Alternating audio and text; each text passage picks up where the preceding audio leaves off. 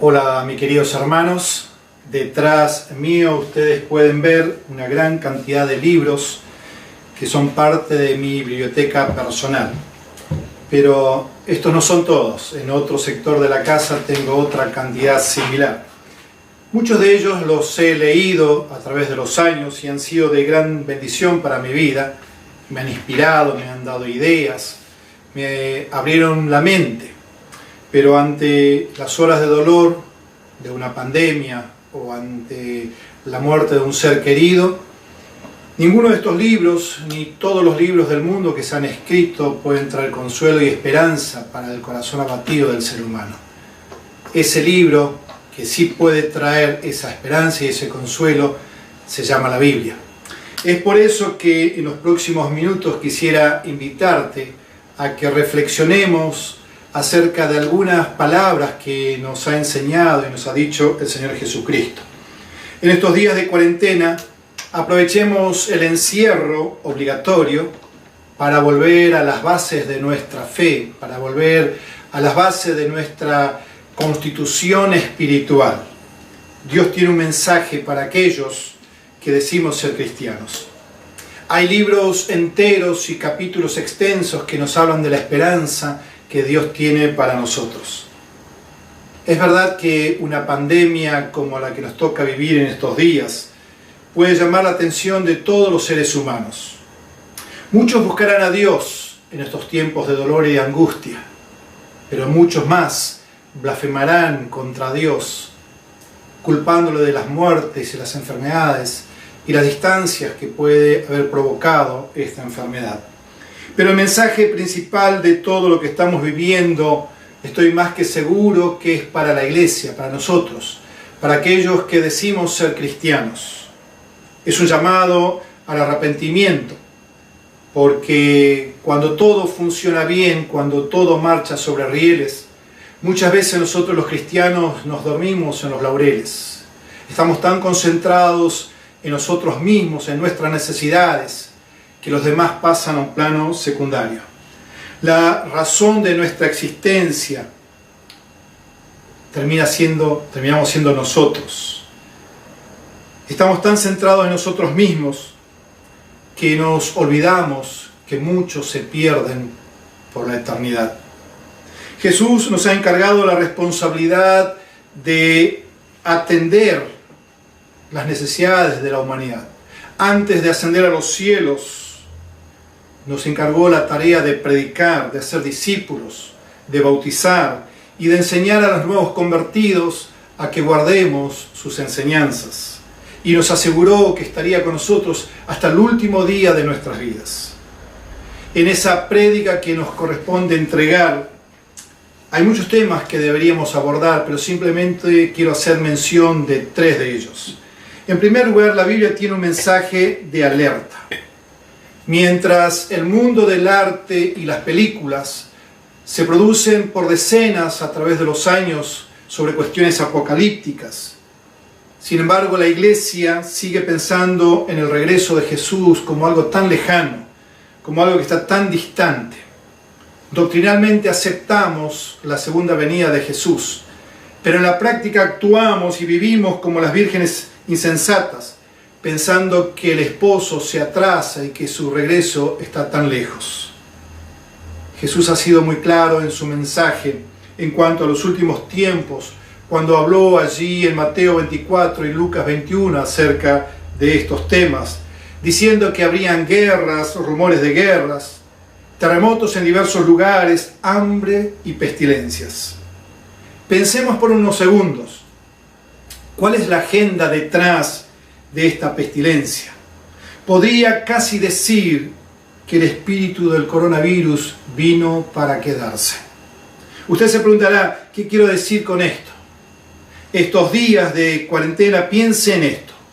Un microorganismo, algo tan pequeño, movilizó a todo el mundo y afectó la economía y la salud de ricos y pobres, de gente gobernada y de gobernantes.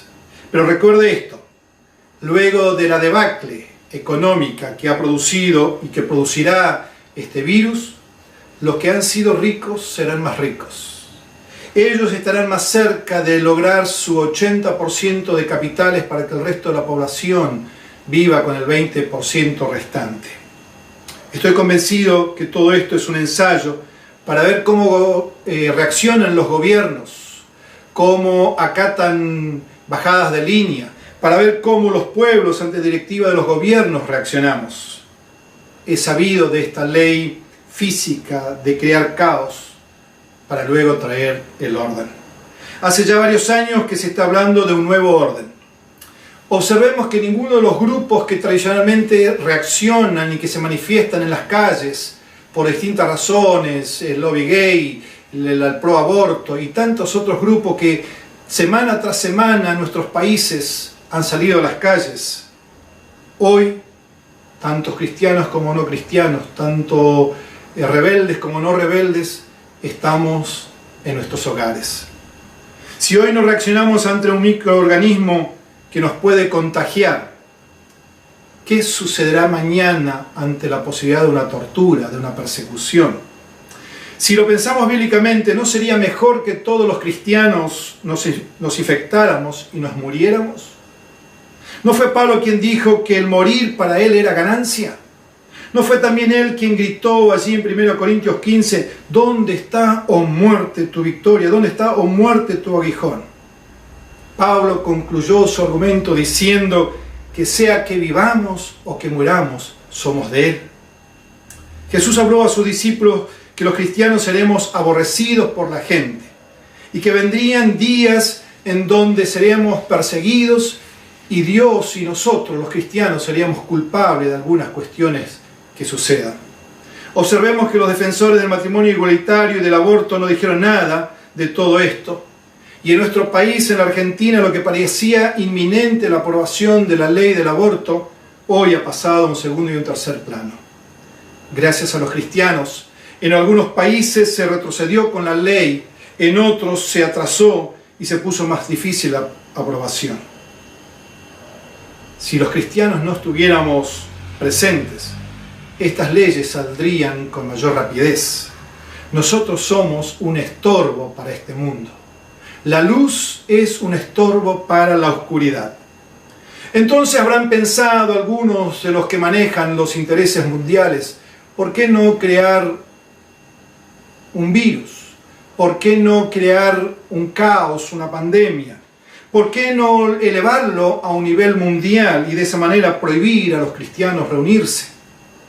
Si hoy los pastores aceptamos estas regulaciones que van en contra de la Constitución de nuestro país, en la cual claramente nos dice la Constitución que tenemos la libertad de expresar nuestra fe y de nuestras convicciones espirituales, ¿qué nos espera si mañana estos mismos gobiernos nos prohíben predicar la Biblia y nos dicen que predicar la Biblia o solo la Biblia es ilegal y nos ponen a la par de la Biblia o por encima de la Biblia algún otro libro que ha sido promovido y gestado por estas religiones unificadas del nuevo orden? Jesús le dijo a sus discípulos que en los días finales los seres humanos nos traicionaríamos, que nos entregaríamos los unos a los otros y que se levantarían falsos profetas que engañarían a muchos, que el amor de muchos se apagaría debido a la maldad que se ha multiplicado y que esto sería solamente el principio de dolores. Pero también nos anima en ese mismo pasaje de Mateo 24 a que perseveremos hasta el fin. Un dato interesante a tener en cuenta: el 14 de mayo de este año está agendada una reunión importante convocada por el Papa Francisco, donde él convoca a los líderes mundiales de las religiones más grandes, donde firmarán un pacto de convivencia y de un programa educativo mundial. Esa reunión se realizará allí en el Vaticano. Podemos ver estas noticias y podemos buscarlo en YouTube bajo el nombre "El Papa lanza un evento mundial". En esa reunión se establecerán las bases de la educación de los futuros niños, con una conciencia global para esta casa llamada Tierra. Muy llamativo que en estos días también las escuelas estén cerradas. Hablaba en estos días con un amigo de Estados Unidos, donde él me hacía ver también la posibilidad de que el avance de las telecomunicaciones y el G5 que se está poniendo a prueba traerá consigo un sistema de control mucho más grande de lo que hoy ya tenemos. ¿No será que el orden de estar en casa es para acelerar la instalación de este G5? Estamos viviendo los tiempos finales. Ahora, muy llamativa la fecha de la convocatoria del Papa Francisco para el 14 de mayo. Ese día se celebra el nacimiento del nuevo Estado de Israel. Y aquellos que vivimos siguiendo las noticias, comenzamos a entender por qué en los últimos meses la insistencia de llevar las embajadas a la capital histórica de Israel. No dudaría que los rabinos que no conocen a Jesús estén ya en conexión con quien será el falso Mesías. No nos sorprendamos que de aquí a pocos años el templo de Jerusalén sea nuevamente reconstruido y el sacrificio de animales sea restituido nuevamente. No nos sorprendamos que mediante el miedo mañana el nuevo orden crea otra catástrofe y nos haga creer que para comprar y vender vamos a tener que ponernos una marca. Pero después de haber hablado de todo esto, Jesús advirtió que todavía no era el fin, que eran simplemente señales de que estamos transitando los últimos tiempos. Y dejó bien en claro que para que Él regrese, tenía que ser predicado las buenas noticias a todas las naciones, a todas las comunidades, a todas las etnias y a todos los pueblos y aldeas del mundo. De modo que esta segunda venida de Jesucristo a la tierra está en manos de la Iglesia. Hay casi un 40% de la población mundial que nunca escuchó hablar de Jesús, que no ha leído una porción de la palabra, que no ha tenido oportunidad de congregarse. Es nuestra responsabilidad llevar esas buenas noticias hasta los últimos rincones de la tierra. Estos días de cuarentena pueden ser días de oportunidades para que el reino de Dios avance y miles de personas puedan llegar a conocer a Jesús. Jesús está atrasando su venida, dice la palabra, porque quiere que muchos se arrepientan. Pero ¿cómo se arrepentirán si no hay nadie que les predique? De modo que, pueblo de casa de Dios, aprovechemos los próximos días para reorganizarnos y utilicemos los tiempos y las redes que tengamos a nuestro alcance para comunicar esas buenas noticias a familiares, a seres queridos, vecinos, compañeros de trabajo, de estudio. La segunda cosa que vemos a la luz de la palabra es que la Biblia tiene un mensaje de esperanza. Desde el comienzo de la Biblia, allí en el Génesis, aparece en el capítulo 3, versículo 15, el primer mensaje de esperanza. Allí Dios ya estaba anticipando la venida de un Mesías, alguien que vencería al enemigo. Y hasta el último libro de la Biblia vamos a encontrar capítulos y libros enteros de esperanza. Luego que Jesús les hablara de las señales del fin, Lucas registra que Él les dijo: cuando comiencen a suceder estas cosas, cobren ánimo y levanten la cabeza, porque se acerca su redención. Es tiempo, hermanos y hermanas, de levantar nuestras cabezas. Es tiempo de reconstruir nuestros altares familiares. Es tiempo de que seamos iglesia, aun cuando nos prohíban reunirse. Es tiempo que la Biblia vuelva a ser nuestro libro de cabecera. El salmista pudo dejar impreso en uno de los cánticos o salterios de su época un mensaje de esperanza, un mensaje de consuelo cuando magistralmente dijo: aunque ande por el valle de sombra de muerte, no temeré mal alguno, porque tú estarás conmigo.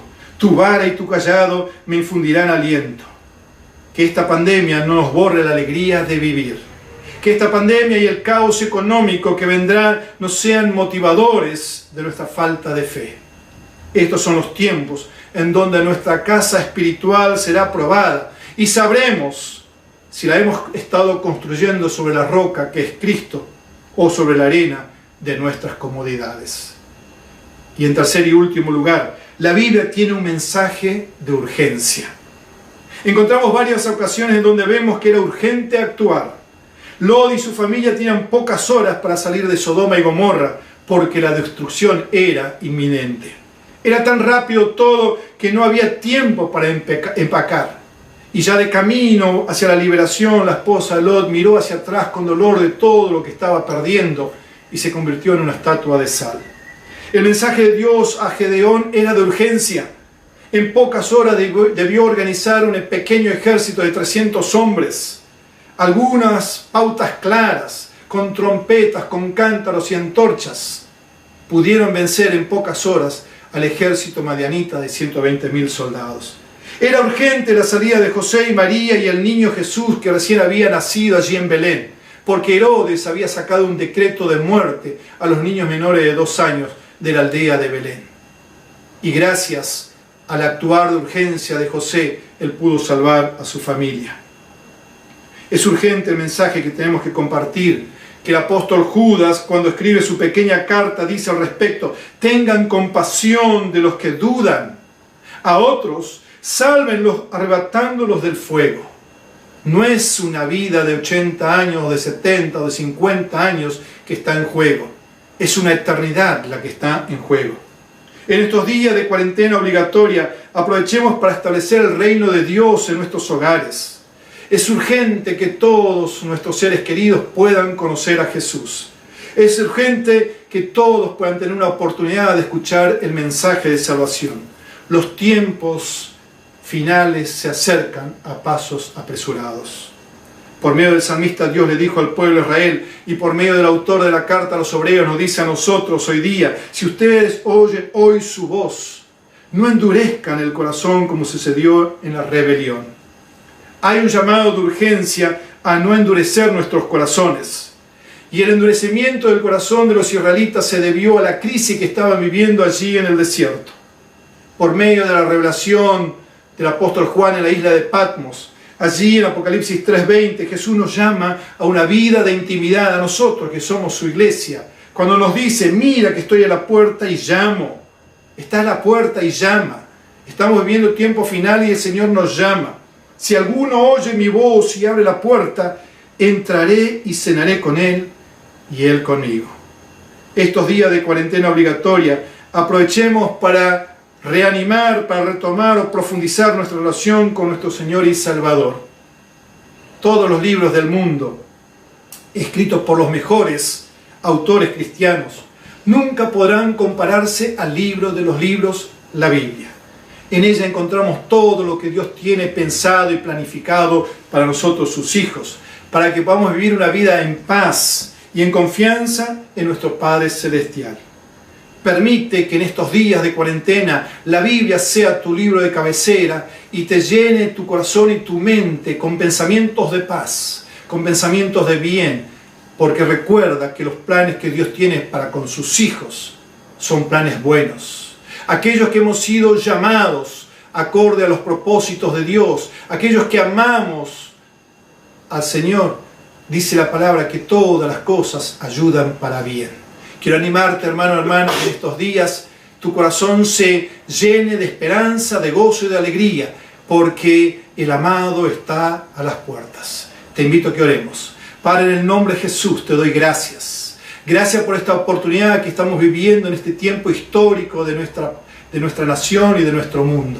Señor, queremos estar preparados. Queremos que tú nos encuentres listos con nuestras lámparas encendidas, con aceite de reserva.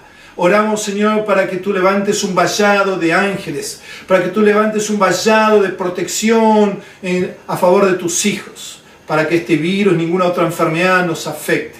Levanta un vallado de protección para que nuestras economías, Señor, no decaigan. Provee, Señor, en este tiempo a tus hijos, que tu palabra y tus promesas se hagan realidad. En el nombre poderoso de Jesús oramos y te damos gracias. Amén y amén. Dios te bendice.